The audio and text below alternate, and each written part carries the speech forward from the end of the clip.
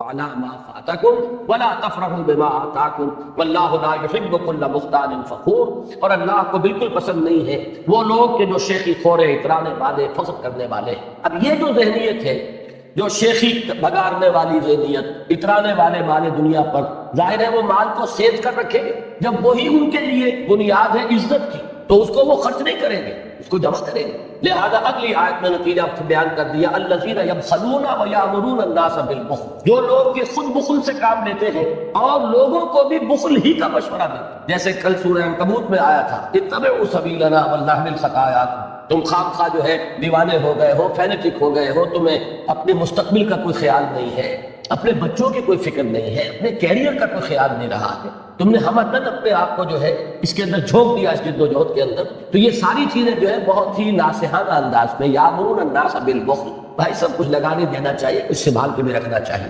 کچھ آڑے وقت کے لیے بھی ضرورت ہوتی ہے۔ وَمَن يَتَوَلَّ فَإِنَّ اللَّهَ هُوَ الْغَنِيُّ الْحَمِيدُ، اور جو پیٹھ موڑ لے گا، کیونکہ اللہ تو کہتا ہے خرچ کرو، یہ کہتے ہیں رکھو، اسی سے تو عزت ہے۔ چار پیسے ہوں گے تو تمہاری دنیا میں عزت ہوگی، چار پیسے ہوں گے، مال اسباب نظر آئے گا تو تمہاری بیٹیوں کے رشتے آئیں گے، ورنہ کون تمہاری بیٹیوں کو پوچھے گا؟ جب تک یہ شان و شوکت نہیں ہوگی، یہ ساز و سامان اپنے گھروں میں نہیں رکھو گے، جو آئے کو دیکھ بھال کرنے والے انہیں نظر آئے یہاں پر رونق، تبھی تو کوئی تمہاری بچیوں کو پوچھے گا، ورنہ کون پوچھے گا؟ یہ ہے ایک طرف تو اللہ کا مطالبہ، لگاؤ، کھپاؤ، خرچ کرو، مت رکھو اپنے پاس، لگا دو، قل العفو، جو بھی ضرورت سے زائد ہے خرچ کر دو۔ اور ایک یہ ہے کہ نہیں، روکو، اسی میں عزت ہے، اسی میں دنیا کے لیے ہمارے تمام تقاضے جو ہیں ان کے صحیح طور پہ پورا ہونے کا امکان ہے۔ فرمایا جب اللہ کے راستے سے، اللہ کی پکار سے کان بہرے کر لیے، پیٹھ موڑ لی، اور دنیا والوں کی یا نفس کی یہ بات مان لی، تو فرمایا وَمَن يَتَوَلَّ فَإِنَّ اللَّهَ هُوَ الْغَنِيُّ الْحَمِيدُ، جو پیٹھ موڑ لے تو اللہ تو غنی اور حمید ہے ہی، اسے کسی کی احتیاج نہیں۔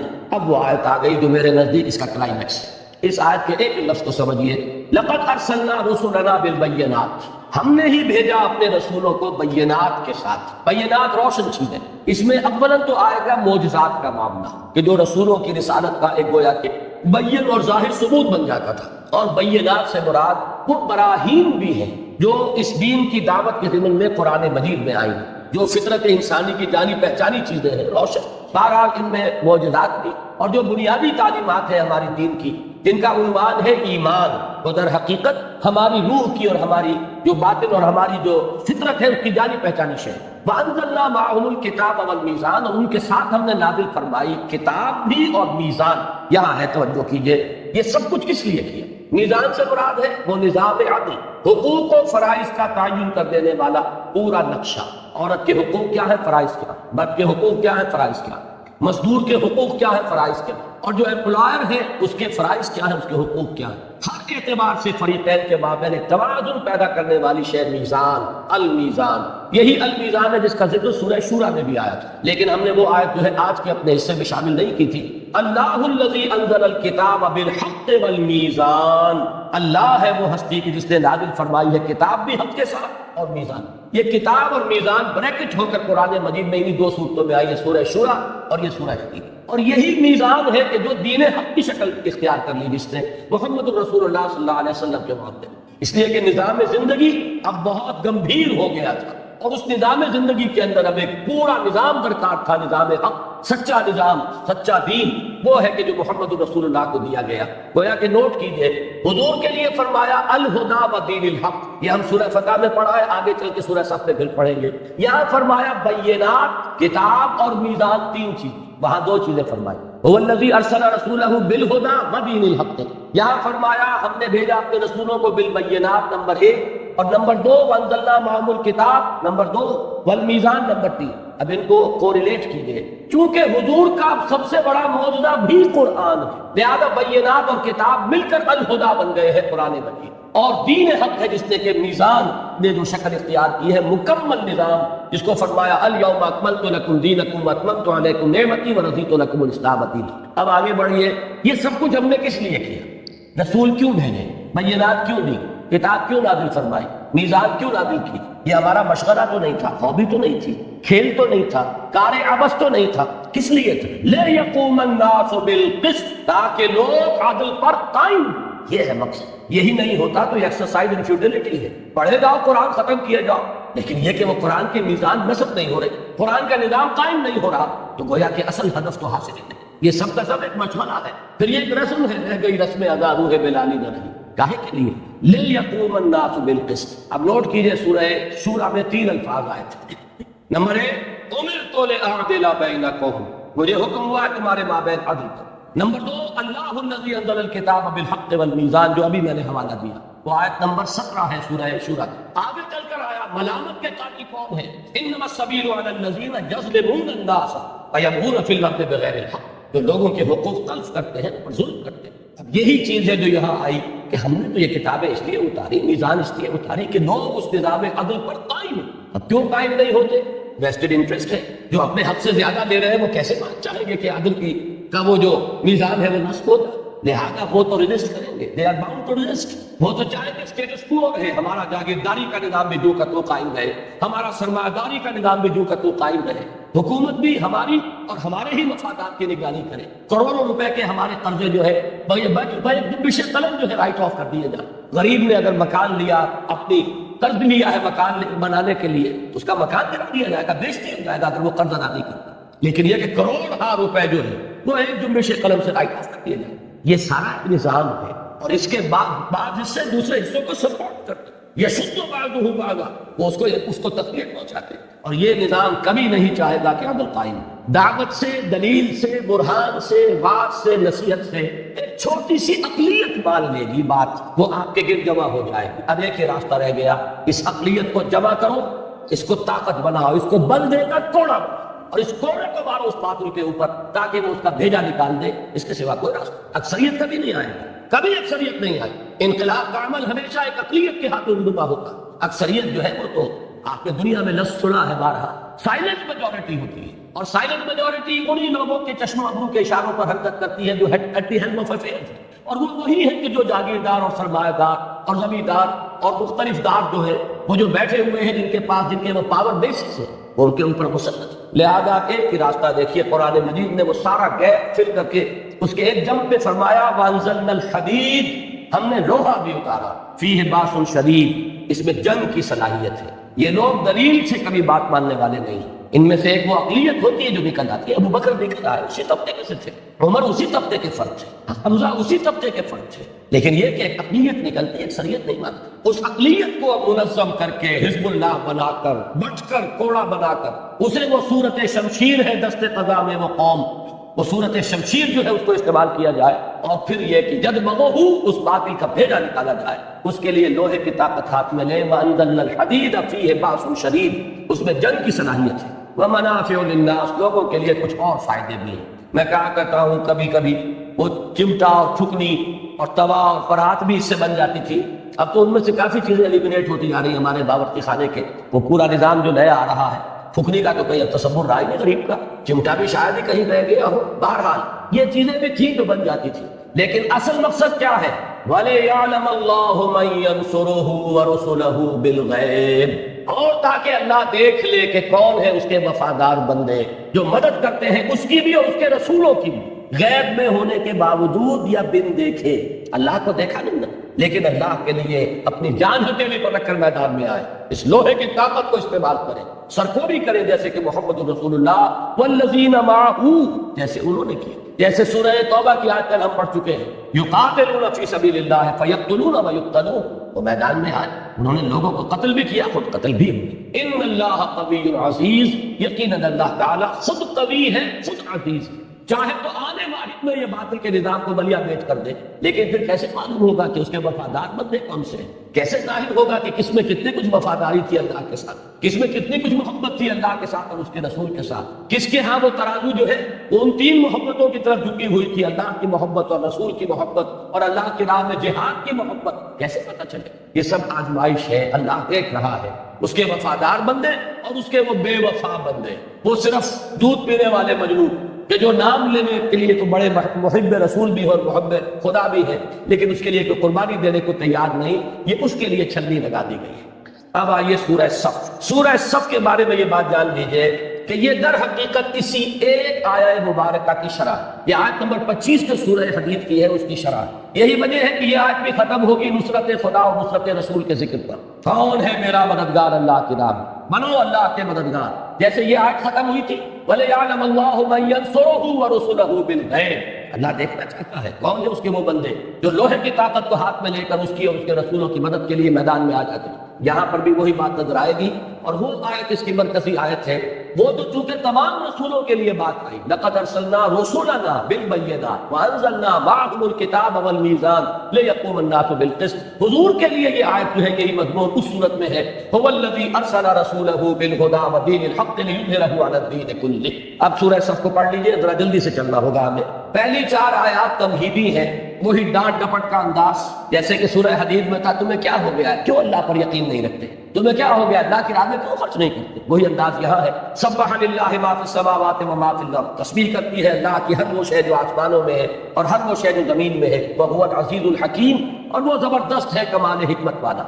یا ایھا الذین آمنوا لم تقولون ما لا تفعلون، اہل ایمان، اے ایمان کے دعوے داروں، کیوں کہتے ہو جو کرتے نہیں؟ کبر مقتا عند اللہ ان تقولوا ما لا تفعلون، بہت بڑی شے ہے اللہ کے نزدیک بیزاری کی کہ تم کہو تو کچھ کے کرتے نہیں۔ اور چوتھی آیت میں بات کھول کے رکھ دی، جو میں نے کہا تھا کہ جو اس کوچے میں قدم رکھے سنبھل کر رکھے، سوچ سمجھ کر رکھے، جس کو ہو جانو دل عزیز اس کی گلی میں جائے کیوں، وہ بیٹھے کہیں اپنے پاس، یہاں آنا ہے تو جان لو ان اللہ یحب الذین یقاتلون فی سبیلہ صفا کانہم بنیان مرصوص، اللہ کو تو محبت اپنے ان بندوں سے ہے جو جنگ کرتے ہیں اس کی راہ میں۔ اب یہاں جہاد نہیں، قتال کا لفظ آ گیا، جہاد تو وسیع اصطلاح ہے، دعوت و تبلیغ میں بھی محنت صرف ہو رہی ہے تو جہاد ہے، تصنیف و تعلیف میں ہو رہی ہے تو جہاد ہے، قلم سے جہاد، زبان سے جہاد، اپنے نفس سے جہاد، یہ سب جہاد ہے۔ قتال معین لفظ ہے، یہاں لفظ قتال آیا ہے، اللہ کو تو محبت اپنے ان بندوں سے ہے جو اس کی راہ میں جنگ کرتے ہیں صف باندھ کر، گویا کہ سیسا پلائی ہوئی دیوار ہے، یہ محاورہ ہے،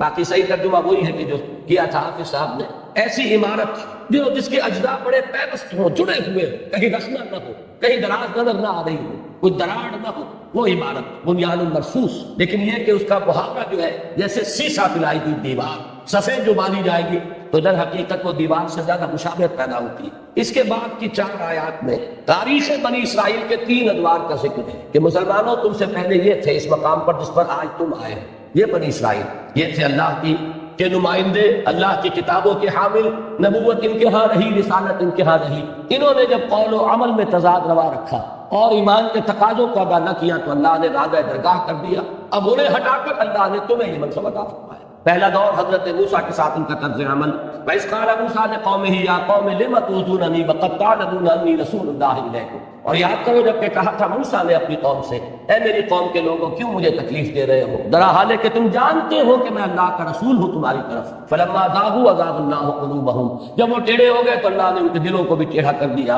وَاللَّهُ لَا يَهْدِي الْقَوْمَ الْفَاسِقِينَ، اللہ ایسے فاسقوں کو زبردستی ہدایت نہیں دیتا۔ دوسرا دور وَإِذْ قَالَ عِيسَىٰ ابْنُ مَرْيَمَ يَا بَنِي إِسْرَائِیل، اور یاد کرو جب کہ کہا عیسیٰ ابن مریم نے، 1300 برس کا فصل ہے اس میں موسیٰ اور عیسیٰ کے درمیان علیہ الصلوۃ والسلام، 1300 برس کے بعد پھر آخری رسول آ رہے ہیں امت بنی اسرائیل کے۔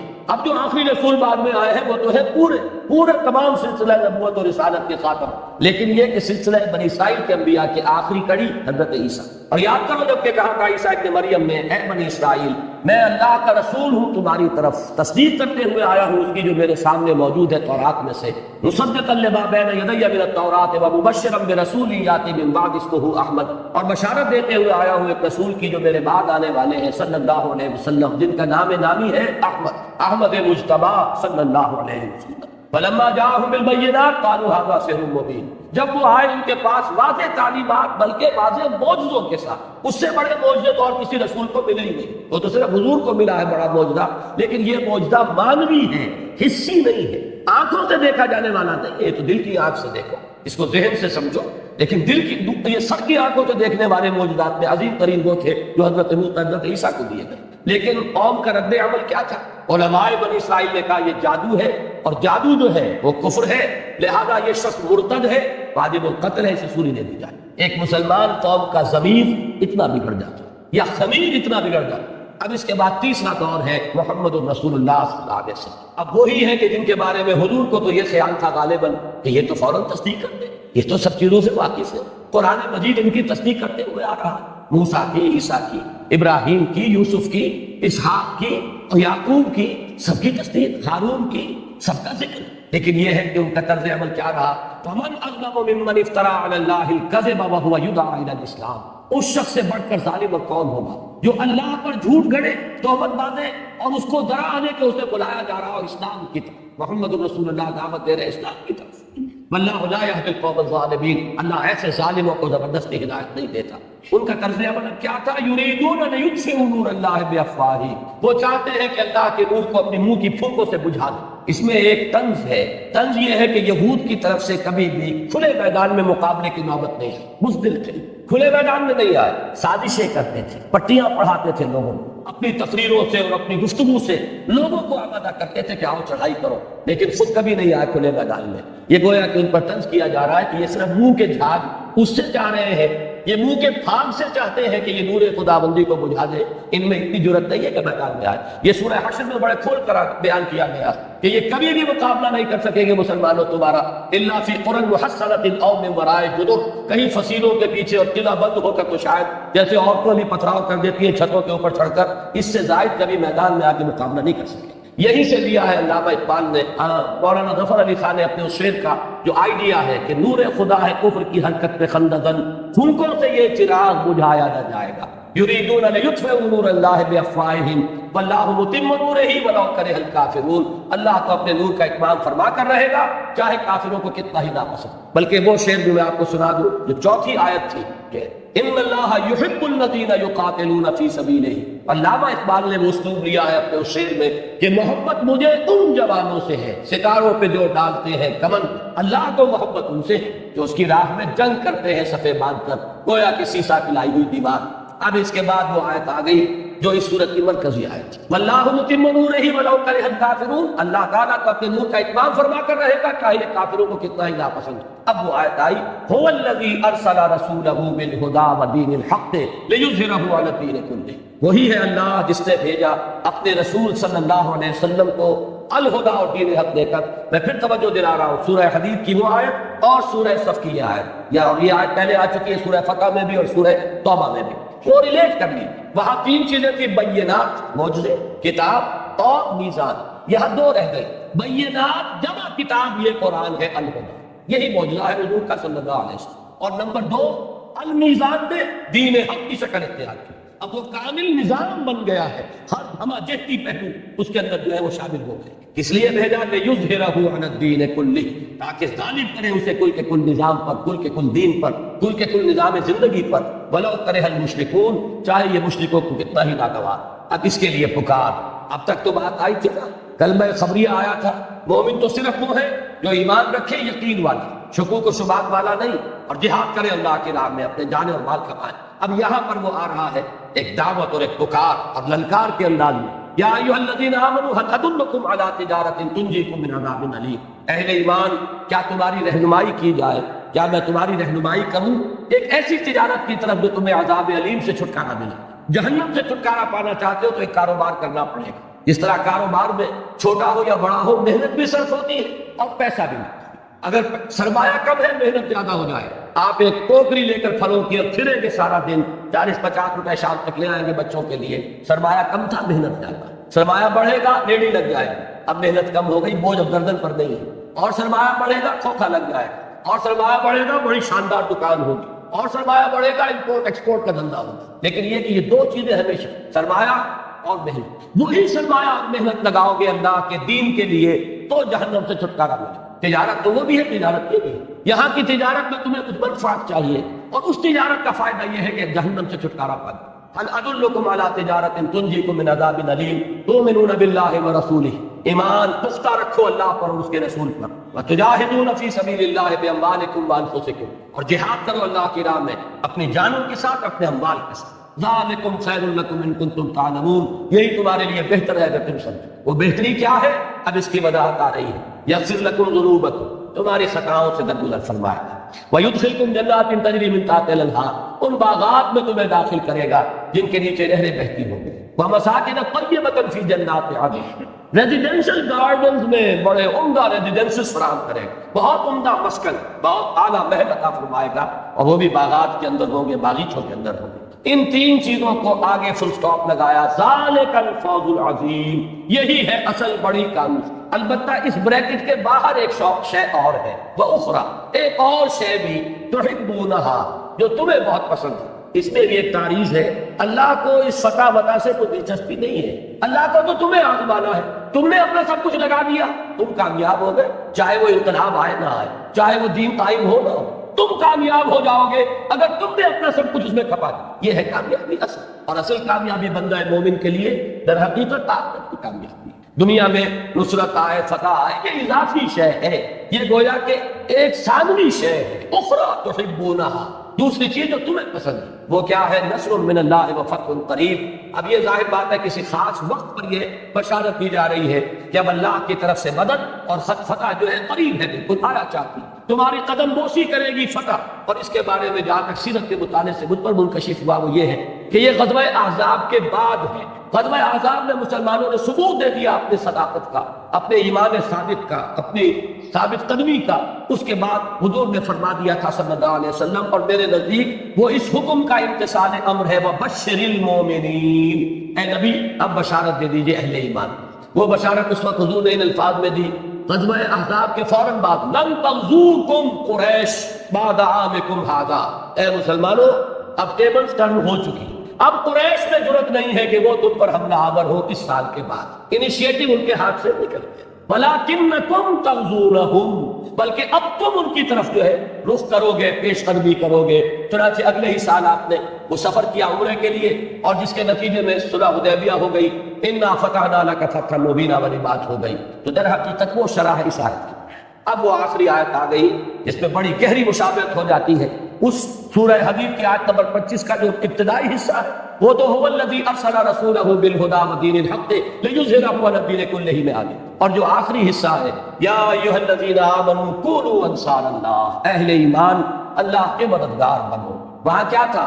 وَلِيَعْلَمَ اللَّهُ مَن يَنصُرُهُ وَرُسُلَهُ بِالْغَیبِ، اللہ دیکھنا چاہتا ہے کہ کون ہے اس کے وفادار بندے جو غیب میں ہونے کے باوجود اللہ کی اور اس کے رسولوں کی مدد کرتے ہیں۔ فرمایا یا ایھا الذین آمنوا کونوا انصار اللہ، اہل ایمان اللہ کے مددگار بنو۔ کما قال عیسی ابن مریم للحواریین، جیسے کہا تھا ایک وقت میں عیسیٰ ابن مریم نے اپنے حواریین سے، من انصاری الی اللہ، کون ہے میرا مددگار اللہ کی طرف۔ تو نصرت کی دو نسبتیں ہو گئی، اللہ کی مدد اس لیے کہ دین اللہ کا ہے، غلبہ اس کا ہے، اس کی حکومت قائم کرنی، حکومت الہیہ قائم کرنی، اس کا نظام ہے جس کو برپا کرتا، اور رسول کی نصرت اس لیے کہ فرض منصبی رسول کا ہے، اصلا رسول بھیجے گئے الہدا و دین حق لے کر تاکہ اسے غالب کرے۔ تو گویا کہ نصرت دو ہو گئی، رسول کی نصرت اور اللہ کی نصرت۔ قال الحواریون نحن انصار اللہ، کہا تھا حواریین نے ہم ہیں اللہ کے مددگار۔ نتیجہ کیا نکلا؟ فآمنت طائفۃ من بنی اسرائیل وکفرت طائفہ، بنی اسرائیل دو حصوں میں منقسم ہو گئے، ایک حصہ ایمان لایا، ایک نے کفر کیا۔ ابتدا میں ایمان لانے والا حصہ بہت قلیل، قدر قلیل، کہتے 72 افراد کل تھے، جن میں سے 12 وہ حواریین تھے جو ہر وقت ان کے ساتھ رہتے تھے۔ ان میں سے ان کی اپنی روایت کے مطابق ایک وہ تھا جس نے کہ غداری کی اور خبر پہنچائی اور گرفتار کروایا حضرت مسیح کو۔ اگرچہ انجیل برنباس سے جو معلوم ہوتا ہے وہ یہ ہے کہ اسی کی شکل بدل دی گئی تھی، وہ گرفتار ہوا ہے، اصل میں حضرت مسیح کو تو اللہ تعالیٰ نے اس باغ کے اندر، اس کمرے کے اندر ہی سے سیدھا اٹھا لیا ہے آسمان، اور وہ آئیں گے بنفس نفیس نازل ہوں گے، وہ ایک علیحدہ مسئلہ ہے۔ لیکن یہاں تاریخ کا اشارہ کیا گیا ہے کہ ایک گروہ کفر پر اڑ گیا، جنہوں نے حضرت مسیح کو کافر قرار دیا، مرتد، واجب القتل، اور ان کی شان میں گستاخیاں کی، ان کی والدہ ماجدہ حضرت مریم صدیقہ، ان کے اوپر گستاخیاں کی، تہمتیں لگائی، اور ایک وہ تھے جو ایمان لائے۔ لیکن تاریخ کی حقیقت یہ ہے کہ جیسے جیسے وقت گزرا یہود مغلوب ہوتے چلے گئے اور عیسیٰ کے نام لیوا غالب آتے چلے، تاکہ آج بھی اگر یہود کا وجود دنیا میں کچھ ہے تو عیسائیوں کے رحم و کرم کی وجہ سے، ان کی سپورٹ کی وجہ سے، ورنہ یہ ہے کہ اسرائیل جیسی مملکت جو ہے ایک دن کے لیے قائم نہیں ہو سکتی، چاہے وہ اپنے سارے ایٹم بم بھی استعمال کر لیں۔ میں دعوے سے کہتا ہوں کہ امریکہ کی سپورٹ ختم ہو جائے تو چند دنوں کے اندر ٹکا موٹی ہو جائے گی ایک یہودی کی۔ لیکن یہ ہے کہ بہرحال جب تک امریکہ نے پروٹیکشن دی ہوئی ہے تو الا بحبل من اللہ وحبل من الناس، یہ سورہ آل عمران میں الفاظ موجود ہیں، یہ اس کی گویا کہ شرح ہے۔ بہرحال فرمایا فأيدنا الذين آمنوا على عدوهم، تو اللہ تعالیٰ نے، اللہ فرما رہے ہم نے مدد کی ان کی جو ایمان لائے ان کے دشمنوں کے خلاف، فاصبحوا ظاہرین، اور پھر وہی غالب ہوئے۔ اب اس میں نوٹ کیجئے، کل بھی میں نے سورہ مجادلہ کی آیت کے حوالے سے کہا تھا رسولوں کا غلبہ ناگزیر ہے، کتب اللہ لاغلبن انا ورسلی، اس غلبے کی دو شکلیں میں نے کل بتائی تھی. ایک غلبہ حضرت نوح، حضرت ہود، حضرت صالح کو اس شکل میں ہوا کہ دشمن سب ہلاک کر دیے گئے، کفار و مشرکین ختم کر دیے. ایک غلبے کی صورت وہ ہے جو محمد الرسول اللہ کے ہاتھوں ہوئی. اگرچہ یہ شعر پورا کا پورا اس پر ثابت نہیں آتا، لیکن ایک کیفیت سی اس میں ہے کہ نشہ پلا کے گرانا تو سب کو آتا ہے، مزہ تو تب ہے کہ گردوں کو تھام لے ساقی. قوموں کا ہلاک کر دیا جانا جو ہے وہ بھی غلبے کی ایک شکل تھی، لیکن اصل شکل تو وہ تھی جو محمد الرسول اللہ کے دست مبارک سے ہوئی کہ قوم بھی رہی اور اللہ کا دین غالب ہو. جاء الحق وزهق الباطل ان الباطل كان زهوقا. تیسری شکل اس میں ایڈ کیجئے، ضروری نہیں کہ وہ غلبہ نبی کے اپنے ہی سامنے ہو جائے، یہ غلبہ بعد میں بھی ہو سکتا ہے، جیسے کہ حضرت مسیح کے ساتھ ہوا. ان کے سامنے تو غلبہ نہیں ہوا، لیکن یہ کہ اس کے بعد ان کے نام لیواؤں کو غلبہ حاصل ہوا ان کے دشمنوں کے خلاف، یہ اس کی ایک مثال ہے.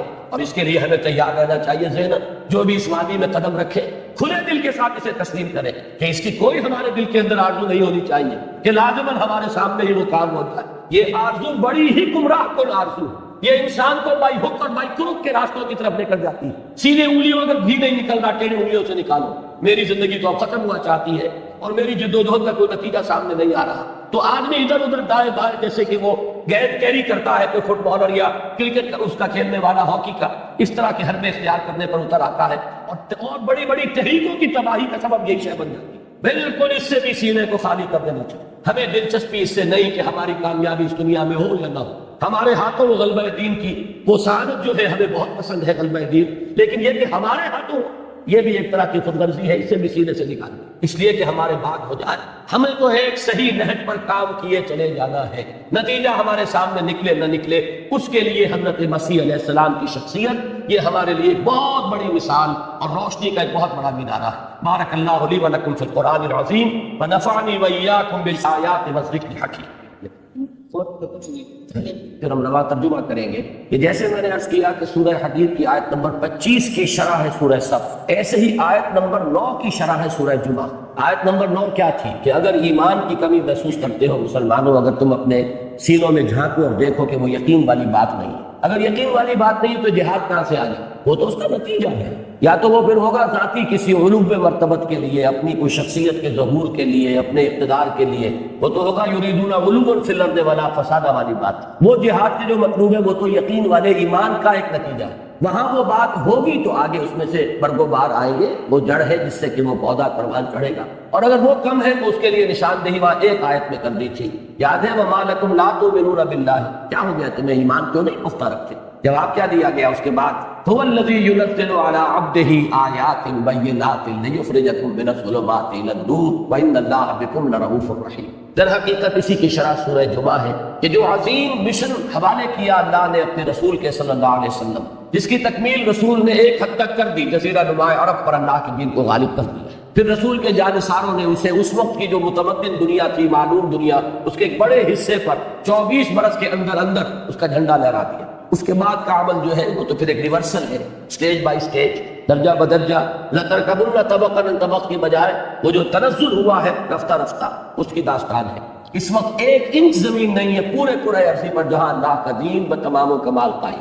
یہ ہے ہمارا حال. تو اب اگر اس کے لیے کام کرنا ہے تو شروع کہاں سے کرنا ہوگا؟ وہی ایمان پہلے پیدا کرنا. لہذا در حقیقت اس کا جو اساسی منہاج ہے وہ قرآن پر مبنی ہے. بس قرآن جو ہے اس صورت کا جو مضمون ہے وہ قرآن ہے. اعوذ باللہ من الشیطان الرجیم، بسم اللہ الرحمن الرحیم. سورۃ الجمعہ. یسبح للہ ما فی السماوات و ما فی الارض الملک القدوس العزیز الحکیم. تسبیح کرتی ہے اللہ کی ہر وہ شے جو آسمانوں میں ہے اور ہر وہ شے جو زمین میں ہے، اس اللہ کی جو الملک ہے، بادشاہ حقیقی، القدوس ہے، پاک، ہر عیب نقص اور احتیاج سے مبرہ، العزیز زبردست ہے، جو چاہے کر گزرنے والا، فعال لما یرید، الحکیم کمال حکمت والا.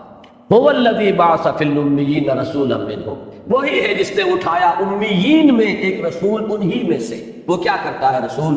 یتلو علیہم آیاتہ ویزکیہم ویعلمہم الکتاب والحکمہ. انہیں سنا رہا ہے اللہ کی آیات اور انہیں پاک کر رہا ہے، تزکیہ کر رہا ہے. یہ آیات بینات ہی تزکیے کا ذریعہ، یہی ہے شفاء لما فی الصدور. یہ ذہن میں جب اترتا ہے قرآن تو نظریاتی صفائی کرتا ہے، دل میں آتا ہے، دل پہ اترتا ہے تو یہ جو روگ ہے سینوں کے، شفاء لما فی الصدور، یہ ان کا بداوا بنتا ہے اور یہی تزکیہ ہے. وَيُعَلِّمُهُمُ الْكِتَابَ وَالْحِکْمَةَ، اور تعلیم دیتا ہے انہیں کتاب اور حکمت کی. یہ پروسیس ہے جس سے حضور نے وہ حزب اللہ تیار کی. وہ بنی بنائی نہیں مل گئی تھی جو میں نے کہا ایک ایک تنکا چننا پڑا ہے، ایک ایک پودے پر حضور کا خون جگر جو ہے وہ کھپا ہے، صرف ہوا ہے تب اس کی آبیاری ہوئی۔ لیکن عمل بنیادی کیا ہے؟ قرآن کے گرد گھوم رہا ہے، یتلو علیہم آیاتہ ویزکیہم ویعلمہم الکتاب والحکمہ وان کانوا من قبل لفی ضلال مبین، اور یقیناً پہلے تو وہ کھلی گمراہی میں تھے۔ یہ امیین، ان سے بڑھ کر گمراہ کون ہوگا؟ وہ جو ہم نے پڑھا ابھی سورہ شورى میں کہ نبی کبر علی المشرکین ما تدعوہم الیہ، انہی میں سے نکالے نا محمد رسول اللہ نے، وہ لوگ انہی میں سے تھے۔ اس کے بعد فرمایا وآخرین منہم لما یلحقوا بہم، اور دوسرے بھی ہیں انہی میں سے، ان میں بھی بھیجا ہے اللہ نے اپنے اس رسول کو، اس کی بے شک ان کی جانب بھی ہے آخرین جو ابھی ان میں شامل نہیں ہوئے۔ وآخرین منہم لما یلحقوا بہم وہو العزیز الحکیم، اور وہ زبردست ہے حکمت والا۔ یہ آخرین سے مراد ہے امت محمد صلی اللہ علیہ وسلم میں جو دوسری اقوام آ کر شامل ہیں۔ اور یہ نقشہ بالکل سمجھیے جیسے ایٹم کا سٹرکچر ہوتا ہے، ایک نیوکلیس اور اس کے گرد جو ہے جو نیوٹران جو الیکٹرانز ہے وہ مختلف جو ہے مدار ہے جن میں چکر لگا رہے ہیں۔ نیوکلیس ہے امیین پر مشتمل، انہی میں سے حضور تھے، انہی کی زبان میں یہ قرآن نازل ہوا، وہ ہے اصل نیوکلیس اس امت کا۔ لیکن اس کے گرد اب الیکٹرانز جو ہے وہ ایرانی آ گئے، وہ بربر آ گئے، رومی آ گئے، ہندی آ گئے، آتے چلے گئے۔ اور ابھی اللہ جانے اللہ کس قوم کو قبول فرما لے اور اس کے ہاتھ میں اپنا جھنڈا تھما دے۔ اس لیے کہ واقعہ یہ ہے کہ مایوسی بڑھتی جا رہی ہے کہ شاید موجودہ مسلمان اقوام جو دنیا کی ہیں ان سے کسی خیر کی کوئی توقع شاید نہیں ہو سکتی۔ ہم شاید اب کنڈمڈ ہیں اللہ کی طرف سے کہ شاید اب آخری کو عذاب بھی آ جائے، واللہ عالم۔ یہ کیفیتیں آتی رہتی ہیں، اقتباس بھی ہوتا ہے، شرح بست جو ہے وہ بھی کبھی قلب بھی ہوتا ہے، مایوسی بھی کبھی غلبہ کرتی ہے، حالات جو ہے بہت ہی زیادہ مایوس کن۔ لیکن اللہ کی قدرت سے کیا بعید ہے، اس نے پہلے تاتاریوں کے ہاتھوں پٹوایا، ان امیین کی مرمت کرائی، ایسی مرمت کے تاریخ میں یاد رکھی جائے، اور پھر انہی کے ہاتھ میں اپنے دین کا جھنڈا دے دیا۔ العزیز الحکیم ذالک فضل اللہ یؤتیہ من یشاء واللہ ذو الفضل العظیم۔ یہ اللہ کا فضل ہے، وہ جس کو چاہے گا دے گا، جس کو چاہتا ہے دیتا ہے، وہ بڑے فضل والا۔ تو تاریخ میں پہلے بھی ہوا ہے آیا فتنہ تاتار کے افسانے سے پاسباں مل گئے کعبے کو صنم خانے سے۔ اور سورہ محمد کی تو آخری آیت ہی ہے صلی اللہ علیہ وسلم، ان تتولوا یستبدل قوما غیرکم، تم پیٹھ دکھاؤ گے تمہیں ہٹائے گا کسی اور کو لے۔ اب اس کے بعد جیسے سورہ صف میں ایک نشان عبرت یہود کی تاریخ بیان کی تھی، اب ان کو نشان عبرت کے طور پر لائے کتاب کے ذمہ میں، انہیں بھی تورات دی گئی تھی یا مسلمانوں جیسے تمہیں قرآن دیا گیا، لیکن انہوں نے اس کی ذمہ داری کو نہ نبھایا۔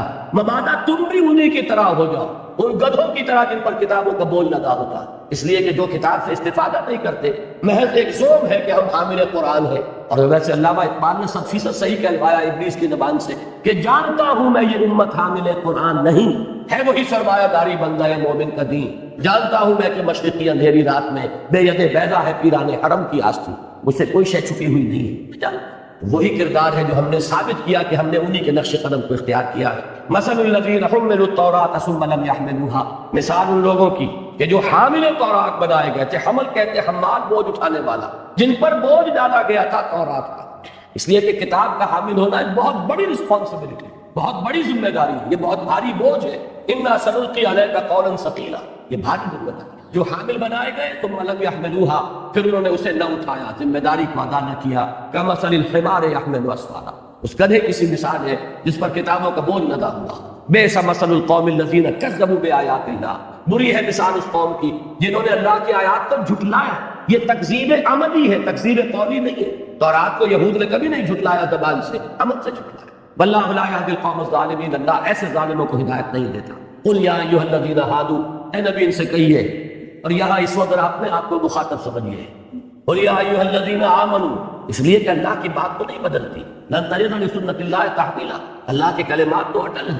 لہذا قل یا ایھا الذین ھادوا، کہہ دیجئے اے وہ لوگوں جو یہودی ہوئے، ان زعمتم، اگر تمہیں یہ زعم ہے، انکم اولیاء للہ من دون الناس، کہ تم اللہ کے خاص دوست ہو، محبوب ہو، چہیتے ہو، لاڈلے ہو، ابناء اللہ و احباؤہ ہو، اگر تمہارا یہ گمان ہے لوگوں کو چھوڑ کر، لوگوں سے اللہ کا رشتہ نہیں ہے، وہ تو جینٹائل ہے، ہم ہیں، we are the chosen people of the Lord، یہ ان کا قول تھا۔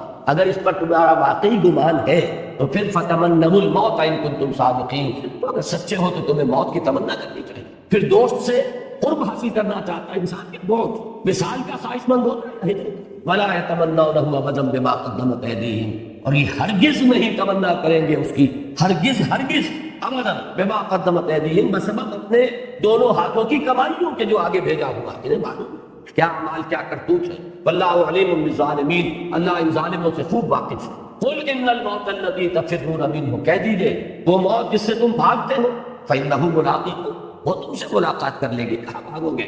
وہ سامنے آن کھڑی ہوگی.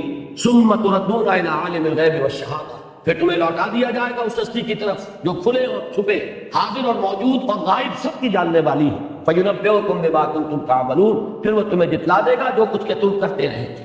دوسرا رکوع سورہ مبارکہ کا آج ہم نہیں پڑھ رہے، صرف ایک جملے میں اشارہ کر رہا ہوں کہ اس کا ربط و تعلق کیا ہے. در حقیقت اس حزب اللہ کا ہفتے وار اجتماع ہے یہ جمعے کا نظام. مطلوب یہ ہے کہ کوئی نائب رسول ممبر رسول پر کھڑا ہو کر وہی کام کرے، یتلو علیہم آیاتہ ویزکیہم ویعلمہم الکتاب والحکمہ، تاکہ اس حزب اللہ کو اپنے جو بنیادی تصورات ہیں، اپنی جو آئیڈیالوجی ہے وہ تازہ ہوتی رہے، اپنے ہدف ذہن میں تازہ ہوتے رہے. جذبات کے اندر اگر کہیں سربیری آ گئی ہے پھر اس کے اندر ایک جذبے کا نہارت پیدا ہو جائے. یہ گویا کہ اثر نو چارج کرنے کے لیے اس حزب اللہ کے اراکین کو کہ جو اللہ کے دین کے غلبے کے لیے سربکف ہو کر میدان میں آ گئے ہو، یہ عمل ہے جس سے دوام عطا کر دیا گیا کہ کوئی نائب رسول ممبر رسول پر کھڑا ہو اور وہی کام کرے. یتلو علیہم آیاتہ ویزکیہم ویعلمہم الکتاب والحکمہ. اسی لیے جمعے کے نظام کی اصل شہد ہے وہ خطبہ جمعہ. ارادہ تھا اس کے بعد سورہ منافقون کو بھی شامل کرنے کا، لیکن اسے میں چھوڑ رہا ہوں. اب سورہ تغابن کا بڑا تیزی کے ساتھ ہم صرف جائزہ لیں گے. یہ چونکہ ایمان کے موضوع پر جامع ترین صورت ہے قرآن مجید کی. ویسے تو ایمان اصل میں موضوع ہے مکی صورتوں کا، مدنی صورت میں تو ایمان کے تقاضے آئے، وہ چاہے قوانین ہو، احکام ہو، حلال و حرام کے ضوابط ہو، فرائض کیا ہے، پھر جہاد ہے، قتال ہے، انفاق ہے. لیکن یہ ہے کہ یہاں پر 18 آیات میں ایمان کا خلاصہ، پہلے رکوع کی 10 آیات، 7 میں ایمانیات ثلاثہ کی نریشن ہے، کلام خبریہ، اللہ کی شان یہ ہے، اللہ کی صفات یہ ہے، رسالت کے باب میں لوگوں کو یہ ٹھوکر لگی ہے، آخرت کے بارے میں یہ مغالطہ ہو گیا ہے، کلام خبریہ. لیکن اس کے بعد 3 آیات میں وہ کلام انشاءاللہ، ایمان لاؤ اللہ پر اور اس کے رسول پر. اس کے بعد جو دوسرے رکوع کی 8 آیات ہیں، 5 آیات میں ایمان کے مثمرات و ثمرات و نتائج جو میں نے اشارہ کیا تھا کہ ثم استقاموا کی شرح یہاں آ جائے. یہ کیا تقاضا ہے اس کا؟ اللہ کو اپنا رب اور اپنا لارڈ اور اپنا مالک مان لینے کا، اس کا تقاضا کیا ہے؟ اور پھر 3 آیات میں ان تقاضوں کو پورا کرنے کی پرزور دعوت. یہ 18 آیات کا تجزیہ ہے. اب پڑھ بسم اللہ الرحمن الرحیم. یسبح للہ ما فی السماوات و ما فی الارض، تسبیح کرتی ہے اللہ کی ہر وہ شے جو آسمانوں میں ہے اور ہر وہ شے جو زمین میں ہے. لہ الملک، بادشاہی اسی کا حق ہے، دی فیکٹو بھی اسی کی ہے، دی جیور بھی اسی کی ہے. وَلَهُ الْحَمْدُ، والحمد و ثنا بھی اسی کی ہے. وَهُوَ عَلَىٰ كُلِّ شَيْءٍ قَدِيرٌ، وہ ہر شے پر قادر. هو الذی خلقکم، وہی ہے جس نے تمہیں پیدا کیا بنایا. فمنکم کافر ومنکم مومن، تو کوئی تم میں سے کافر ہے کوئی مومن. واللہ بما تعملون بصیر، اور جو کچھ تم کر رہے ہو اللہ دیکھ رہا. یعنی مومنوں کو ان کا حق مل جائے گا، کافروں کو ان کی سزا مل جائے گا. اللہ دیکھ رہا. خلق السماوات والارض بالحق، اس نے آسمان اور زمین پیدا فرمائے حق کے ساتھ. وہ بات جو کل میں نے کہی تھی ربنا ما خلقت هذا باطلا، وہ ایک اسلوب تھا، یہ دوسرا اسلوب. وصورکم، اور تمہاری تصویر کشی کی. فاحسن صورکم، بہت ہی عمدہ نقشہ کشی کی. وَإِلَيْهِ الْمَصِيرُ، اور اسی کی طرف لوٹ جانا ہے. يَعْلَمُ مَا فِي السَّمَاوَاتِ وَالْأَرْضِ، وہ جانتا ہے جو کچھ کے آسمانوں اور زمین میں ہے. وَيَعْلَمُ مَا تُسِرُّونَ وَمَا تُعْلِنُونَ، اور وہ جانتا ہے جو کچھ تم چھپاتے ہو جو کچھ تم ظاہر کرتے ہو. وَاللَّهُ عَلِيمٌ بِذَاتِ الصُّدُورِ، اور اللہ تو تمہارے سینوں کی ان چیزوں سے بھی باخبر ہے جن کو تم خود نہیں. ایک تو یہ جسے آدمی چھپاتا ہے لیکن جانتا ہے، جان بوجھ کر چھپا رہا. ایک وہ ہے سب کانشس مائنڈ کی چیزیں، انسان کے تحت الشعور کے اندر جو کچھ نرک کر رہا ہے، جو خواہشات اور تمنائیں آرزوئیں جن سے انسان خود بھی آگاہ نہیں ہوتا، بس اوقات اللہ کے علم تم نہیں. اب یہ 4 آیتوں میں توحید کا اور اللہ کے ذات و صفات کا بیان ہوا. 2 آیتوں میں رسالت. الم یاتکم نبأ الذین کفروا من قبل، کیا تمہارے پاس آ نہیں گئی خبریں ان لوگوں کی جنہوں نے کفر کیا تھا پہلے؟ قوم ہود، قوم سمود، قوم عاد، قوم نوح. فذاقوا وبال امرہم، جب انہوں نے کفر کیا تو اپنے کیے کا وبال چکھ لیا، یعنی وہ ہلاک کر دیے گئے. وَلَهُمْ عَذَابٌ أَلِيمٌ، اور اصل سزا تو آخرت کی ہے دردناک. ذالک بأنہ، یہ اس لیے ہوا، کانت تأتیہم رسلہم بالبینات، ان کے پاس ان کے رسول آتے رہے واضح تعلیمات کے ساتھ یا واضح نشانیوں کے ساتھ. فقالوا بشر یہدونہ، تو انہوں نے کہا کیا بشر انسان ہمیں ہدایت دیں گے؟ یعنی بشریت کو دلیل بنایا ان کی رسالت کو رد کرنے. یہ رسول کیسے ہو سکتے ہیں جب بشر؟ فکفروا، تو انہوں نے کفر کیا، اس بنیاد پر کفر کیا. وتولوا، اور پیٹھ موڑ لی. واستغنى اللہ، تو اللہ نے بھی بے نیازی کی روش اختیار کی. واللہ غنی حمید، اللہ تو غنی اور حمید ہے ہی. یہ بے نیازی کا جامہ اس پر تو راست آتا ہی ہے اور کسی پر تو آتا ہی نہیں. اب یہاں نوٹ کر لیجئے میں نے پرسوں کی اپنی گفتگو میں اشارہ کیا تھا، ایک ہی مرض ہے رسالت اور نبوت اور بشریت میں تضاد محسوس کر۔ اس مرض کا ظہور ہوا اس وقت اس شکل میں کہ جن کے سامنے گوشت پوشت کا انسان موجود تھا وہ بشریت کا انکار کیسے کرتے؟ تو جانتے تھے محمد عبداللہ کے بیٹے، عبد المطلب کے پوتے، حمزہ کے بھتیجے، ابو طالب کے بھتیجے، آمنہ کے بیٹے، خدیجہ کے شوہر، فاطمہ کے باپ، جانتے تھے کہ نہیں جانتے تھے؟ وہ تو بشر سامنے تھا۔ بشریت کی بنیاد پر رسالت کا انکار، یہ رسول کیسے ہو سکتے ہیں جبکہ یہ بشر؟ یہی گمراہی آئی ہے۔ پھر بعد میں جو رسول مانتے ہیں انہوں نے بشریت کا انکار کر دیا، یہ رسول ہے تو بشر کیسے ہو سکتے ہیں؟ تو گمراہی ایک ہے، بالکل ہم وزن، کوئی فرق نہیں ہے اس کے اندر، جہاں تک اس کی جو بھی شدت کا اور گہرائی اور گہرائی کا تعلق برابر۔ ظہور دو شکلوں میں ہوتا۔ اب دو آیتوں میں یہ رسالت کا مضمون آ گیا، اب تیسری ایک آیت میں آخرت۔ زعم الذین کفروا ان لن یبعثوا، ان کافروں کو یہ زوم ہو گیا ہے، یہ خیال خام لاحق ہو گیا ہے کہ یہ اٹھائے نہیں جائیں گے یا اٹھائے نہیں جا سکیں گے۔ قل بلا وربی، کہہ دیجئے کیوں نہیں، اور مجھے اپنے رب کی قسم، لتبعثن، تم لازماً اٹھائے جاؤ گے، ثم لتنبؤن بما عملتم، پھر تمہیں جتلا دیا جائے گا جو کچھ کہ تم نے کیا ہوگا۔ وذالک علی اللہ یسیر، اور یہ اللہ پر بہت آسان۔ یہ 7 آیتیں ہیں۔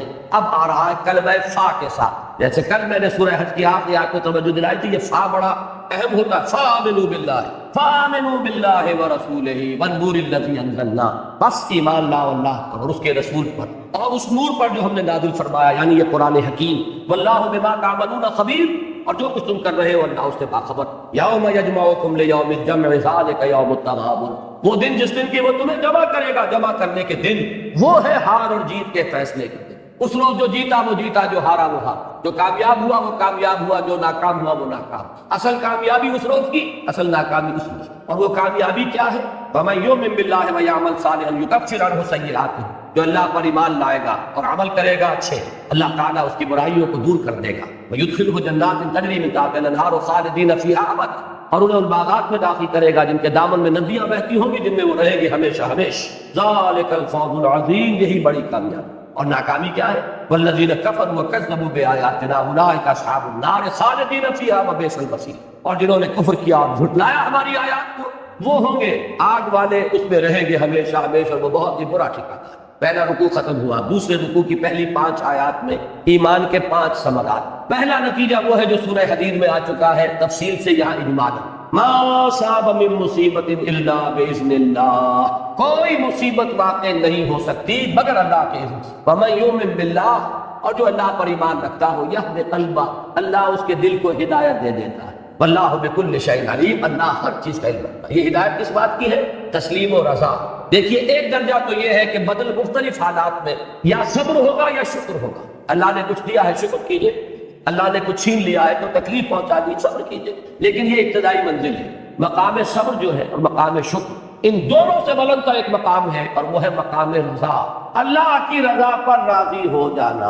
اے اللہ تجھے یہ راضی ہے کہ میں بہتر۔ اس کے لیے بہترین شعر ہے مولانا محمد علی جوہر کا، جو بیٹی جب بیمار ہوئی تھی، ایک دفعہ جیل میں گئے، ایک بیٹی بیمار ہوئی، پیرول پر رہا ہوئے تھے اس کو دفن کرنے کے، پھر جیل میں تھے کہ دوسری بیٹی اسی مرض کی شکار، تو جیل سے ایک نظم لکھ کر بھیج دی جس کا آخری شعر یہ تھا کہ تیری صحت ہمیں منظور ہے لیکن اس کو نہیں منظور تو پھر ہم کو بھی منظور ہے۔ یہ ہے مقام رضا، مقام تسلیم و رضا، جس کے بارے میں اقبال نے جو بات کہی ہے میں سمجھتا ہوں اس سے زیادہ پرشکو انداز تو ممکن ہی نہیں ہے۔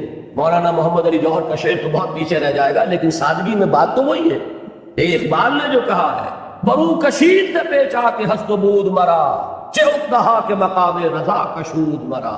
اس مقام رضا نے تو میرے وہ رکنے حل کیے ہیں، یہ پیچا کے ہست و بود سے نکال لیا۔ اب میں اس دنیا میں نہیں رہتا ہوں دنیا سے باورا، اس کے بدلتے ہوئے حالات مجھ پر اثر انداز نہیں۔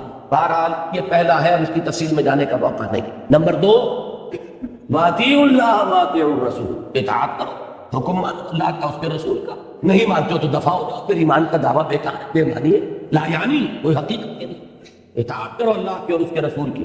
فَإِن تَوَلَّيْتُمْ، اگر تم پیش دکھا دو گے، فَإِنَّمَا عَلَىٰ رَسُولِنَا الْبَلَاغُ الْمُبِينُ، تو جان لو ہمارے رسول کے ذمے صاف صاف پہنچا دینے کے سوا کوئی ذمہ داری نہیں، آگے رسپانسبلٹی تمہاری ہے، you will be held responsible, تم اکاؤنٹیبل ہو گے on the day of judgment. رسول نے بات پہنچا دی، وہ فارغ ہوئے، بری۔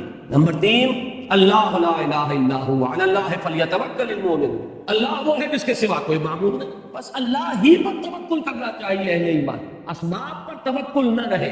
وسائل و ذرائع اور اسباب مادی فراہم کرو، استعمال کرو، امکانی حد تک، لیکن تکیہ ان پر نہ ہو، بھروسہ ان پر نہ ہو، توکل صرف ذات باری تعالیٰ، اسباب پر نہیں، مسبب الاسباب پر۔ نمبر 4، اب یہ علائق دنیاوی آ گئے، وہ محبتیں، وہ بار بار جن کا ذکر ہوا ہے، ان کے بارے میں قرآن کا نقطہ نظر بڑا عجیب ہے۔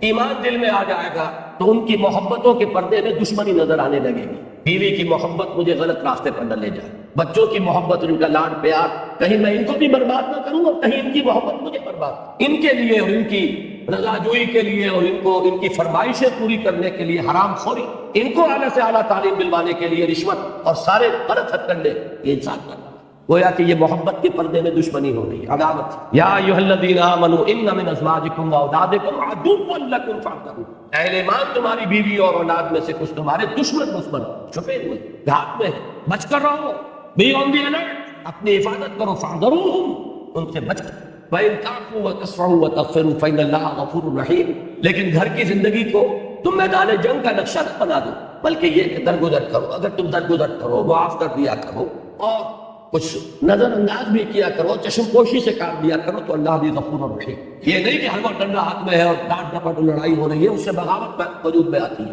لیکن خود اپنے آپ کو پوری طرح محفوظ رکھو۔ ان کی تربیت کے لیے سردی گرمی دونوں چاہیے، نرمی بھی چاہیے گی، محبت بھی درکار ہوگی اور کبھی سرزنش بھی درکار ہوگی، لیکن یہ کہ اپنا تحفظ پہلے، قوا انفسکم، بچاؤ پہلے اپنے آپ۔ پانچویں چیز اموال، ان کے بارے میں نقطہ نظر، انما اموالکم واولادکم فتنہ، تمہارے لیے مال و اولاد تمہارے لیے فتنہ ہے، آزمائش ہے، انہی میں آزمائے جا رہے ہیں، کہ دیکھتے ہو اس پرڑے کو نیچے کرتے ہو یا اس کو کرتے ہو، اسی میں تو سارا کھیل ہے، اس ڈنڈی کے ادھر یا ادھر ہونے ہی پر سارا دار و مدار ہے، فلاح کا اور یا تباہی اور بربادی کا۔ واللہ عندہ اجر عظیم، اور اللہ ہی کے پاس ہے بہت بڑا اجر۔ اولاد یہاں پر دونوں جگہ پر لائی گئی، پہلی آیت میں بھی ان ازواجکم واولادکم عدو لکم، پھر مال کے ساتھ بھی بریکٹ کی۔ اس کی وجہ کیا ہے کہ اولاد کو انسان واقعتاً اپنا ایسٹ بھی سمجھتا ہے، وہ یہ سمجھتا ہے یہ میرے مستقبل کا سہارا بننے والے، چاہے بعد میں وہ بالکل کوڑا جواب دے جائے اور بوڑھے والدین کے لیے ان کے پاس کوئی وقت تک نہ ہو ان سے ملنے کا، لیکن ابتداءً انسان سمجھتا ہے یہ بھی میرا ایسٹ ہے۔ بہرحال یہ 5 آیات ہیں، ایک ایک آیت میں ایمان کا ایک ایک ثمرہ کھول کر بیان ہے۔ اب فا سے پھر کلام آیا، فاتقوا اللہ ما استطعتم، بس تقوی اختیار کرو اللہ کا جتنا بھی تمہارے حد امکان میں ہے، حد استطاعت میں ہے، واسمعوا واطیعوا، اور سنو اور اطاعت کرو۔ یہ سننا اور اطاعت کرنا پہلے کس کا ہے؟ اللہ کا، اس کے رسول کا۔ ان کے بعد جو بھی نظام خلافت علی منہاج النبوت کا قائم ہوا، ابو بکر، عمر، عثمان، علی، حسن رضی اللہ تعالی عنہ، ان کے لیے سمع و طاعت۔ اس کے بعد اگر وہ نظام مرمب ہو گیا، اس کو قائم کرنے کے لیے اب حزب اللہ کو اثر نو اب دوبارہ آرگنائز کرنا ہوگا۔ چھپر کھڑا ہے تو کھڑا رکھو، گر گیا ہے تو دوبارہ اٹھو، دین قائم ہے تو قائم رکھو، آندھیاں آ رہی ہیں تو اس کی تنابوں کو کھینچ کر رکھو، اس کے ٹوٹوں کو مضبوط رکھو، خیمہ گر پڑ جائے لیکن گر گیا ہے تو اب اسے اٹھاؤ۔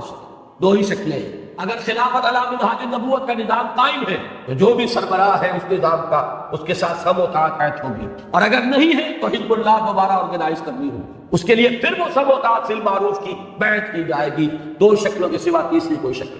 یہی وجہ حضور نے فرمایا، حضرت عبداللہ ابن عمر کی روایت ہے اور مسلم شریف کی روایت ہے کہ من ماتا، جو شخص مرا مسلمان انسان میں، ولیس فی عنقہ بیعۃ، کہ اس کی گردن میں بیعت کا تنازع نہ تھا، فقط مات میتۃ الجاہلیہ، وہ جاہلیت کی موت مرا ہے، اسلام کی موت نہیں مرا۔ اس لیے کہ نظم جماعت یا اسلامی نظام ہے، اس کے سربراہ سے بیعت نہیں ہے، اس کو قائم کرنے کے لیے جماعت بناؤ، اثر نو اس حزب اللہ کی تشکیل کرو، پھر وہ جہاد کے مراحل سے گزرو۔ یہ بھی تو کسی کی سربراہی کے بغیر نہیں ہوگا، کسی کی قیادت کے بغیر نہیں ہوگا، اس سے وہ بیعت سمجھا۔ فاسمعوا واطیعوا وانفقوا خیرا لانفسکم، خرچ کرو، وہی جو سورہ حدید سے بات کری تھی، آمنوا باللہ ورسولہ وانفقوا مما جعلکم مستخلفین فیہ، اللہ کے دین کو قائم کرنے کے لیے، اعلاء کلمۃ اللہ کے لیے لگاؤ اپنی جانیں، کھپاؤ اپنے بال۔ وَمَن يُوقَ شُحَّ نَفْسِهِ فَأُولَٰئِكَ هُمُ الْمُفْلِحُونَ، اور جو بچا لیا گیا اپنے جی کے لالچ سے، وہی ہے جو فلاح پانے والے ہیں، آخری منزل مراد تک وہی پہنچ پائیں گے۔ ان تقرضوا اللہ قرضا حسنا یضاعفہ لکم، اگر تم اللہ کو قرض حسنہ دو گے۔ دیکھیے سورہ حدید کی قامت کے مضامین دہرا کر آئے، جہاں سے چلے تھے وہیں ہماری بات پہنچ گئی، سورہ حدید اور یہ سورہ تغابن کے حد تک، اگرچہ ایک حصہ اس مضمون کا بھی سورہ تحریم میں بھی آنا ہے۔ بہرحال اگر تم اللہ کو قرض حسنہ دو گے، یضاعف لکم، وہ اس کو تمہارے لیے دگنا بھی کرے گا اور تمہاری گناہوں کا کفارہ بنا دے گا، بخش دے گا۔ واللہ شکور الحلیم، اللہ قدردان بھی ہے اور حلیم ہے، فوراً نہیں پکڑتا، مہلت دے